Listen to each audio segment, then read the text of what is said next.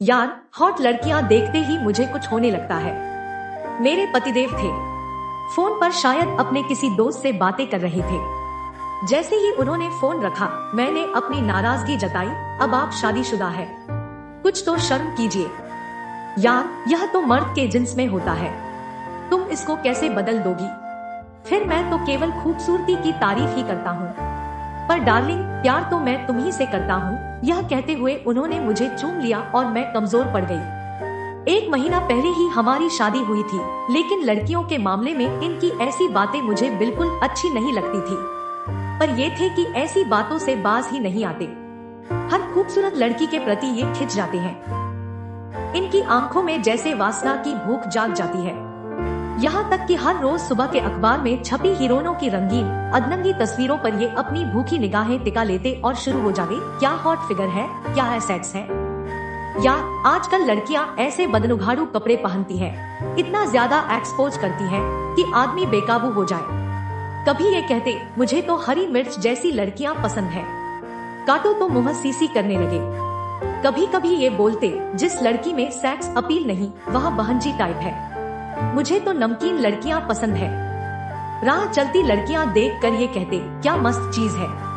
कभी किसी लड़की को पटाखा कहते, तो कभी किसी को फुलझड़ी। आंखों ही आंखों में लड़कियों को नापते तोलते रहते।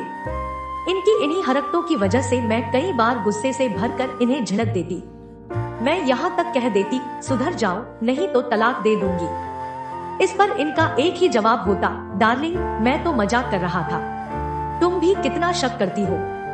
थोड़ी तो मुझे खुली हवा में सांस लेने दो, नहीं तो दम घुट जाएगा मेरा। एक बार हम कार से डिफेंस कॉलोनी के फ्लाईओवर के पास से गुजर रहे थे। वहाँ एक खूबसूरत लड़की को देख पतिदेव शुरू हो गए। दिल्ली की सड़कों पर जगह जगह मेरे मजार है, क्योंकि मैं जहाँ खूबसूरत लड़कियाँ देखता हूँ वहीं मर जाता हूँ। मेरी तनी भौहें देखे बिना ही इन्होंने आगे कहा, कई साल पहले भी मैं जब यहाँ से गुजर रहा था तो एक कमाल की लड़की देखी थी। यह जगह इसीलिए आज तक याद है। मैंने नाराजगी जताई तो ये कार का गियर बदलकर मुझसे प्यार मोहब्बत का इजहार करने लगे और मेरा गुस्सा एक बार फिर कमजोर पड़ गया। लेकिन हर लड़की पर फिदा हो जाने की इनकी आदत से मुझे कोफ्त होने लगी थी। पर हद तो तब पार होने लगी जब एक बार मैंने इन्हें हमारी जवान पड़ोसन से फ्लर्ट करते देख लिया। जब मैंने इन्हें डांटा तो इन्होंने फिर वही मान नॉवल और प्यार मोहब्बत का इजहार करके मुझे मनाना चाहा, पर मेरा मन इनके प्रति रोजाना खट्टा होता जा रहा था। धीरे धीरे हालात मेरे लिए सहन नहीं हो रहे थे। हालांकि हमारी शादी को अभी 1.5-2 महीने ही हुए थे, लेकिन पिछले 10 से 15 दिनों से इन्होंने मेरी देह को छुआ भी नहीं था। पर मेरी शादीशुदा सहेलियां बताती कि शादी के शुरू के महीने तक तो मियां बीवी तकरीबन हर रोज ही। मुझे कुछ समझ नहीं आ रहा था कि आखिर बात क्या थी। इनकी अनदेखी मेरा दिल तोड़ रही थी। मैं तिलमिलाती रहती थी। एक बार आधी रात में मेरी नींद टूट गई तो इन्हें देखकर मुझे धक्का लगा। ये आईपैड पर पॉर्न साइट्स खोलकर बैठे थे और जब मैं यहाँ मौजूद हूँ तो तुम यह सब क्यों कर रहे हो? क्या मुझ में कोई कमी है? क्या मैंने तुम्हें कभी न कहा है? मैंने दुखी होकर पूछा। सॉरी डार्लिंग, ऐसी बात नहीं है। क्या है कि मैं तुम्हें नींद में डिस्टर्ब नहीं करना चाहता था। एक टेलीविजन प्रोग्राम देखकर बेकाबू हो गया तो भीतर से इच्छा होने लगी, अगर मैं भी तुम्हारी तरह इंटरनेट पर पॉर्न साइट्स देखकर यह सब करूं तो तुम्हें कैसा लगेगा? अरे यार, तुम तो छोटी सी बात का बतंगड़ बना रही हो, ये बोले। लेकिन क्या यह बात इतनी छोटी सी थी? कभी कभी मैं आईने के सामने खड़ी होकर अपनी देह को हर कोण से देखती।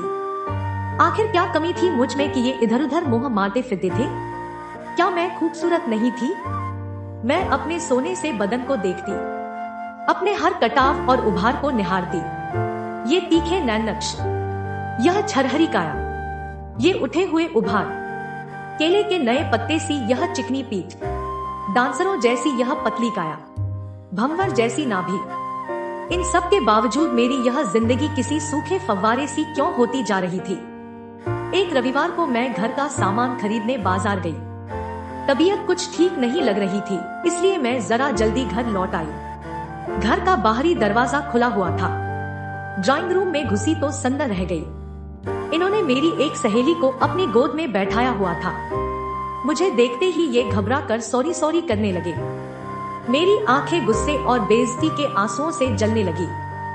मैं चीखना चाहती थी, चिल्लाना चाहती थी, पति नाम के इस प्राणी का मुंह नोच लेना चाहती थी, इसे थप्पड़ मारना चाहती थी। मैं कड़कती बिजली बनकर इस पर गिर जाना चाहती थी। मैं गहराता समुद्र बनकर इसे डुबो देना चाहती थी। मैं धधकती आग बनकर इसे जला देना चाहती थी। मैं हिचकियां ले लेकर रोना चाहती थी। मैं पति नाम के इस जीव से बदला लेना चाहती थी। मुझे याद आया, अमेरिका के राष्ट्रपति रह चुके बिल क्लिंटन भी अपनी पत्नी हिलेरी क्लिंटन को धोखा देकर मोनिका लेविंस्की के साथ मौज मस्ती करते रहे थे, गुलछर्रे उड़ाते रहे थे। क्या सभी मर्द एक जैसे बेवफा होते हैं? क्या पत्नियां छले जाने के लिए ही बनी हैं? मैं सोचती। रील से निकल आया उलझा धागा बन गई थी मेरी जिंदगी। पति की ओछी हरकतों ने मेरे मन को छलनी कर दिया था। हालांकि इन्होंने इस घटना के लिए माफी भी मांगी थी, फिर मेरे भीतर सब्र का बांध टूट चुका था। मैं इनसे बदला लेना चाहती थी और ऐसे समय में राज मेरी जिंदगी में आया। राज पड़ोस में किराएदार था, 6 फुट का गोरा चिट्टा नौजवान। जब वह अपनी बाहें मोड़ता था तो उसके बाजू में मछलियां बनती थी। नहाकर जब मैं छत पर बाल सुखाने जाती तो वह मुझे ऐसी निगाहों से ताकता कि मेरे भीतर गुदगुदी होने लगती। धीरे धीरे हमारी बातचीत होने लगी। बातों ही बातों में पता चला कि राज प्रोफेशनल फोटोग्राफर था। आपका चेहरा बड़ा फोटोजेनिक है, मॉडलिंग क्यों नहीं करती हैं आप? राज मुझे देखकर मुस्कुराता हुआ कहता। शुरू में तो मुझे यह सब अटपटा लगता था, लेकिन देखते ही देखते मैंने खुद को इस नदी की धारा में बह जाने दिया। पति जब दफ्तर चले जाते तो मैं राज के साथ उसके स्टूडियो चली जाती। वहाँ राज ने मेरा पोर्टफोलियो भी बनाया। उसने बताया कि अच्छी मॉडलिंग असाइनमेंट्स लेने के लिए अच्छा पोर्टफोलियो जरूरी था, लेकिन मेरी दिलचस्पी शायद कहीं और ही थी। बहुत अच्छे आते हैं आपके फोटोग्राफ्स, उसने कहा था और मेरे कानों में यह प्यारा सा फिल्मी गीत बजने लगा था। अभी मुझ में कहीं बाकी थोड़ी सी है जिंदगी। मैं कब राज को चाहने लगी मुझे पता ही नहीं चला। मुझ में उसकी बाहों में सो जाने की इच्छा जाग गई। जब मैं उसके करीब होती तो उसकी दहगंध मुझे मदहोश करने लगती। मेरा मन बेकाबू होने लगता, मेरे भीतर हसरतें मचलने लगी थी। ऐसी हालत में जब उसने मुझे न्यूड मॉडलिंग का ऑफर दिया तो मैंने बिना झिझके हाँ कह दिया। उस दिन मैं नहा धोकर तैयार हुई। मैंने खुशबूदार इत्र लगाया। फेशियल, मैनिक्योर, पेडिक्योर, ब्लीचिंग वगैरह मैं एक दिन पहले ही एक अच्छे ब्यूटी पार्लर से करवा चुकी थी। मैंने अपने सबसे सुंदर पर्ल इयररिंग्स और डायमंड नेकलेस पहना, कलाई में महंगी घड़ी पहनी और सज-धज कर मैं राज के स्टूडियो पहुंच गई। उस दिन राज बला का हैंडसम लग रहा था। गुलाबी कमीज और काली पैंट में वह मानो कहर ढा रहा था। हे, यू आर लुकिंग ग्रेट, मेरा हाथ अपने हाथों में लेकर वह बोला। यह सुनकर मेरे भीतर मानो सैकड़ों सूरजमुखी खिल उठे। फोटो सेशन अच्छा रहा। राज के सामने टॉपलेस होने में मुझे कोई संकोच नहीं हुआ। मेरी देह को वह एक कलाकार सा निहार रहा था, किंतु मुझे तो कुछ और की ही चाहत थी। फोटो सेशन खत्म होते ही मैं उसकी ओर ऐसी खिंची चली गई जैसे लोहा चुंबक से चिपकता है। मेरा दिल तेजी से धड़क रहा था। मैंने उसका हाथ पकड़ लिया। नहीं नेहा, यह ठीक नहीं। मैंने तुम्हें कभी उस निगाह से देखा ही नहीं।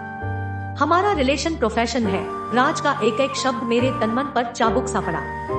पर मुझे लगा तुम भी मुझे चाहते हो। मैं बुदबुदाई। नेहा, मुझे गलत मत समझो।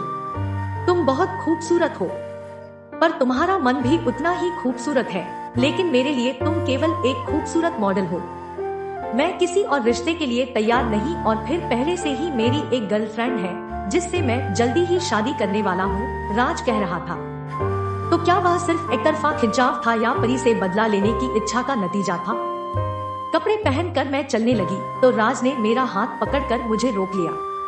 उसने स्टूडियो में रखे गुलदान में से एक पीला गुलाब निकाल लिया था। वह पीला गुलाब मेरे बालों में लगाते हुए बोला, नेहा, पीला गुलाब दोस्ती का प्रतीक होता है। हम अच्छे दोस्त बनकर रह सकते हैं। राज की यह बात सुनकर मैं सिहर उठी थी। वह पीला गुलाब बालों में लगाए मैं वापस लौट आई अपनी पुरानी दुनिया में। उस रात कई महीनों के बाद जब पतिदेव ने मुझे प्यार से चूमा और सुधरने का वादा किया तो मैं पिघलकर उनके आगोश में समा गई। खिड़की के बाहर रात का आकाश न जाने कैसे कैसे रंग बदल रहा था। ठंडी हवा के झोंके खिड़की में से भीतर कमरे में आ रहे थे। मेरी पूरी देह एक मीठे जोश से भरने लगी। पतिदेव प्यार से मेरा अंग चूम रहे थे। मैं जैसे बहती हुई पहाड़ी नदी बन गई थी। एक मीठी गुदगुदी मुझ में सुख भर रही थी। फिर केवल खुमारी थी और उनकी छाती के बालों में उंगलियां फेरते हुए मैं कह रही थी, मुझे कभी धोखा मत देना। कमरे के कोने में एक मकड़ी अपना टूटा हुआ जाला फिर से बुन रही थी। इस घटना को बीते कई साल हो गए हैं। इस घटना के कुछ महीने बाद राज भी पड़ोस के किराए का मकान छोड़कर कहीं और चला गया। मैं राज से उस दिन के बाद फिर कभी नहीं मिली। लेकिन अब भी मैं जब कहीं पीला गुलाब देखती हूँ तो सिहर उठती हूँ। एक बार हिम्मत करके पीला गुलाब अपने जूड़े में लगाना चाहा था तो मेरे हाथ बुरी तरह कांपने लगे थे।